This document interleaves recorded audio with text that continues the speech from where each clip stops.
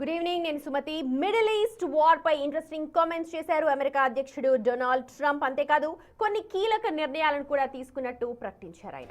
Iran లో ఇప్పటికే చాలా సానుకూలమైన అధికార మార్పిడి జరిగిందంటున్నారు. ఇకపై ఇరాన్ ప్రభుత్వంతో కలిసి అత్యంత సన్నిహితంగా పని చేస్తామంటూ వెల్లడిస్తున్నారు. ఇరు దేశాల మధ్య కుదిరిన తాజా కాల్పుల విరమణ ఒప్పందం తర్వాత ట్రంప్ ఇలా స్పందించడం ఇప్పుడు ప్రపంచ వ్యాప్తంగా ఆసక్తిని పెంచుతోంది. ట్రంప్ చేసిన ప్రకటన ప్రకారం చూస్తే ఇకపై ఇరాన్ దేశం ఎలాంటి యురేనియం శుద్ధి కార్యక్రమాలు కూడా చేపట్టదు అని తెలుస్తోంది. చూడొచ్చు, a country supply military weapons to Iran will be immediately tariffed on any all goods sold to the United States of America. 50% effective immediately. There will be no exclusions and exemptions అంటూ ఉన్నారు. భూగర్భంలో అత్యంత లోతుగా దాచి ఉంచిన అణు సంబంధిత పదార్థాలను బయటకు తీసి, అలాగే ఈ పోస్ట్ ఒకసారి చూడండి. there will be no enrichment of uranium and United States will working with Iran dig up and remove all of the deeply buried, అంటే లోపల దాగి ఉన్న మొత్తం న్యూక్లియర్ డస్ట్ తో సహా మొత్తం బయటకు తీస్తామంటున్నారు.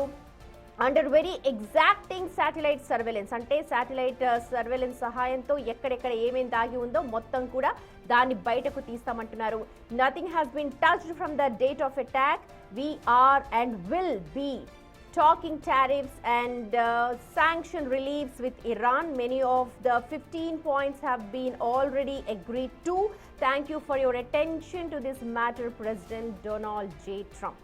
Yes, అది చూడొచ్చు, అమెరికా స్వయంగా ఇరాన్ దేశానికి సహాయం చేస్తుందన్నారు ట్రంప్. ఈ ప్రక్రియ అంతా కూడా శాటిలైట్ నిఘా నీడలో జరుగుతుందని అందులో స్పష్టం చేశారు.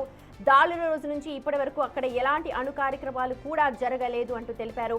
చాలా కాలంగా రెండు దేశాల మధ్య ఉన్న ఉద్రిక్తతలు తగ్గిపోయాయి. సరికొత్త అధ్యాయం మొదలయ్యే అవకాశాలు స్పష్టంగా ఉన్నాయంటున్నారు ట్రంప్. ట్రంప్ రోజుకొక మాటతో సంచలనం రేపుతున్నారు. చూడొచ్చు, నిన్నటి వరకు కూడా అర్ధరాత్రి ఏం జరుగుతుందోనని ప్రపంచ దేశాలంతా కూడా ఆ ఊపిరి బిగబట్టుకొని ఉన్నాయి. ఇకపై చరిత్రలో ఇరాన్ ఉండదు, ఒక సివిలైజేషన్ ని నాశనం చేస్తాము అంటూ ప్రకటించిన ట్రంప్ ఉదయం తెల్లారేసరికల్లా మొత్తం మారిపోయింది.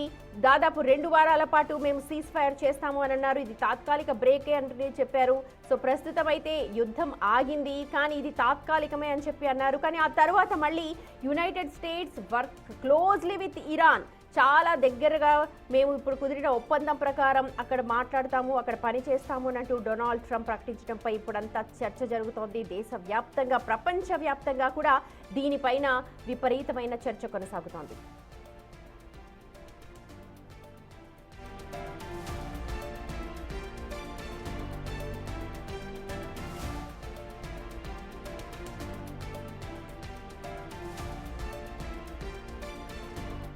అయితే అందులో స్పష్టంగా రాశారు, ఇకపై ఇరాన్ ఎటువంటి యురేనియం శుద్ధి కార్యక్రమాలు కూడా జరపదు.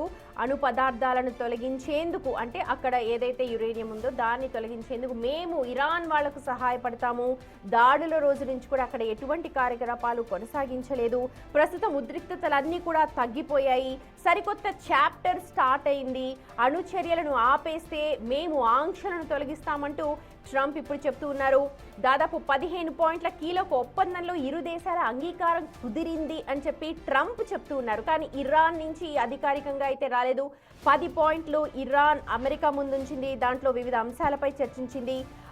సో మరి ఇరాన్ ఎటువంటి అభిప్రాయంతో ఉంది అన్నది మనం చూడాలి.